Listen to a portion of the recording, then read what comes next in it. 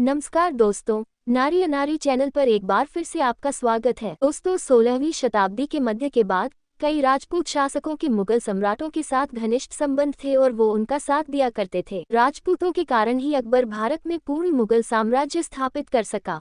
राजपूतों और मुगलों ने अपने राजनीतिक उद्देश्यों को पूरा करने के लिए वैवाहिक संबंध बनाए। राजपूत राजाओं ने अपनी बेटियों की शादी मुगल सम्राटों और उनके राजकुमारों से और कुछ मुगल बादशाहों ने भी अपनी बेटियों की शादी राजपूत राजाओं से की थी। प्रसिद्ध इतिहासकारों ने लिखा है कि शक्तिशाली राजाओं, राजपूतों और जमींदारों के साथ संबंधों को बनाना मुगलों की व्यापक नीति थी। क्योंकि राजपूत ही मुगलों के प्रतिद्वंद्वी थे और हिंदू धर्म की मान्यता यह है कि वैवाहिक संबंध बनाने के बाद गद्दारी करना महापाप है, इसलिए मुगल राजपूतों से अटूट संबंध बना लेते थे। राजपूत राजा और जमींदार भी अपने लाभ के लिए अपनी बेटियों का विवाह मुगलों से कर दिया करते थे। इतिहासकारों ने लिखा है कि जब हुमायूं भारत वापस आया तो उसने यही एक नीति आरंभ की, जिसमें उसने भारत में अपने मुगल साम्राज्य को बढ़ाने, मजबूत करने के लिए और यहाँ के जमींदारों और राजपूत राजाओं को खुश करने के लिए उसने उनके साथ विवाह संबंध बनाए और उसका उसे लाभ भी मिला। उसके बाद में फिर अकबर ने भी इसी नीति को अपनाया। भारत के बड़े जमींदारों में से एक जमाल खान मेवाती ने जब हुमायूं की अधीनता स्वीकार कर ली तो उन्होंने अपनी एक बेटी का विवाह हुमायूं से कर दिया और यही नहीं, उसकी छोटी बहन का विवाह बैरम खान से करा दिया। हुमायूं और अकबर से पहले भी विजयनगर साम्राज्य की हिंदू राजकुमारी का विवाह एक सुल्तान के साथ हुआ था। दक्षिण भारत के शासक देवराय प्रथम को अपने शासनकाल में बहमनी सुल्तान फिरोज शाह के आक्रमण का सामना करना पड़ा और पराजित होने के बाद देवराय प्रथम ने अपनी पुत्री का विवाह फिरोज शाह के साथ कर दिया और इस विवाह में दहेज के रूप में देवराय ने उसे बांकापुर दे दिया। और इससे पहले केरला के राजा ने भी शांति स्थापित करने के लिए फिरोज शाह बहमनी के साथ अपनी बेटी की शादी करी। कहा जाता है कि वह सुल्तान की सबसे पहली बेगम थी, लेकिन अकबर के काल में इस संबंध को बहुत बढ़ावा मिला। कई हिंदू राजकुमारियों का विवाह अकबर से किया गया। अकबर से आमेर की राजकुमारी की शादी की कई विद्वानों ने कटु आलोचना की थी। उन्होंने इस विवाह को धर्म विरुद्ध और निंदनीय बताया था। उनका मानना था कि अगर आमेर के शासक ने अपनी कन्या का विवाह सम्राट के साथ कर दिया तो अन्य राजपूत राजा भी इसके लिए मजबूर हो जाएंगे। लेकिन अकबर के साथ विवाह संबंध होने के बाद आमेर के शासक मुगल राज्य व्यवस्था में प्रतिष्ठित पद पर नियुक्त किए गए। स्वयं भारमल, अमीन उल उमरा और राजा की उपाधियों से सम्मानित किए गए। अकबर ने अपने लिए और अपने बेटों और पोते पोतियों के लिए 40 शादियां की, जिनमें से 17 राजपूत मुगल गठबंधन थे। मुगल बादशाह अकबर के उत्तराधिकारी उसके बेटे जहांगीर और पोते शाहजहां की माताएं राजपूत थीं। अकबर के बाद जहांगीर ने भी राजपूतों के साथ विवाह संबंधों को जारी रखा। शाहजहां एक राठौर राजकुमारी का बेटा था। अपने संबंधों के आधार पर शाहजहां ने भी राजपूत घरानों जैसे जोधपुर और आमेर के शासकों को काफी सम्मान दिया। लेकिन शाहजहां के काल के बाद से राजपूतों और मुगलों के बीच वैवाहिक संबंधों में काफी कमी आई।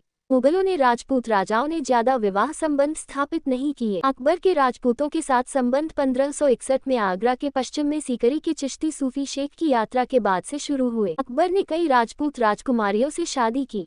तो आइए जानते हैं कि वो कौन से राजा थे जिन्होंने अपनी बेटी की शादी मुगल बादशाह से की। फरवरी 1562 में अकबर ने राजा भारमल कछवाहा की बेटी मरियम उस जमानी से शादी की। 1562 में अकबर ने राव विरमदे की पोती से विवाह किया। 15 नवंबर 1570 को राय कल्याण सिंह ने अपनी भतीजी राजकुमारी की शादी अकबर से की थी। 1570 में अकबर ने राय कल्याण सिंह की एक और भतीजी भानुमति से शादी की। 1570 में राव विरमदे की परपोती पुरम बाई का विवाह अकबर से हुआ।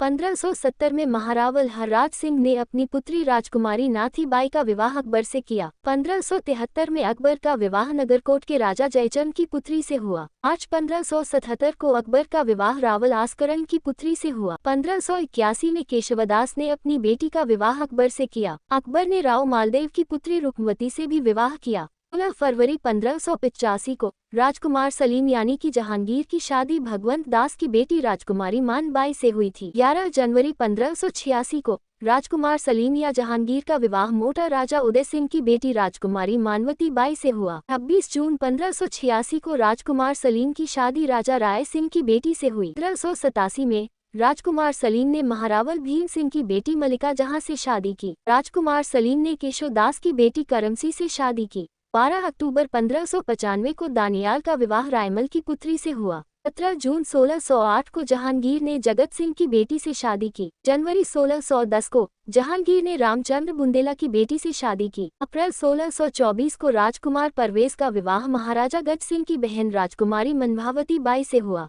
21 फरवरी 1632 को ताजमहल के निर्माता शाहजहां ने अपनी बेटी राजकुमारी जहांरा बेगम की शादी बुंदेलखंड के राजपूत राजा छत्रसाल के छोटे बेटे शहरयार से की।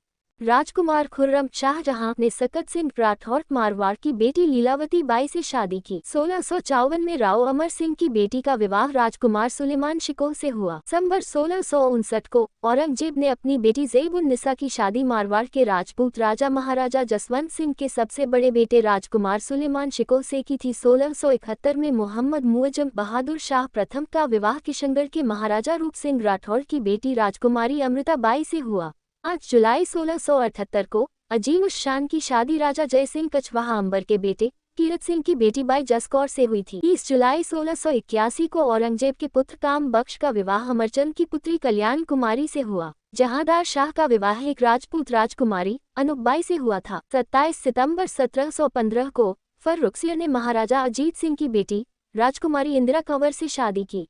लेकिन कुछ राजपूत राजा ऐसे भी थे जिन्होंने मुगलों के साथ वैवाहिक संबंधों को स्वीकार नहीं किया, जो उन्होंने अपने लिए सम्मान की बात समझी, जिसमें मेवाड़ के सिसोदिया राजपूत परिवार ने ऐसा किया और इस तरह वह अन्य सभी राजपूत कुलों के विपरीत खड़ा हुआ। दोस्तों, ये थी जानकारी मुगल इतिहास के मुगल और हिंदू वैवाहिक संबंधों के बारे में, जो विभिन्न सोशल मीडिया सोर्सेस से एकत्रित की गई है। उम्मीद करती हूँ कि आपको पसंद आई होगी। अगर वीडियो अच्छा लगा हो तो लाइक कर दीजिए और चैनल को सब्सक्राइब जरूर से करिए। वीडियो देखने के लिए आपका बहुत बहुत धन्यवाद। आपका दिन मंगलमय हो।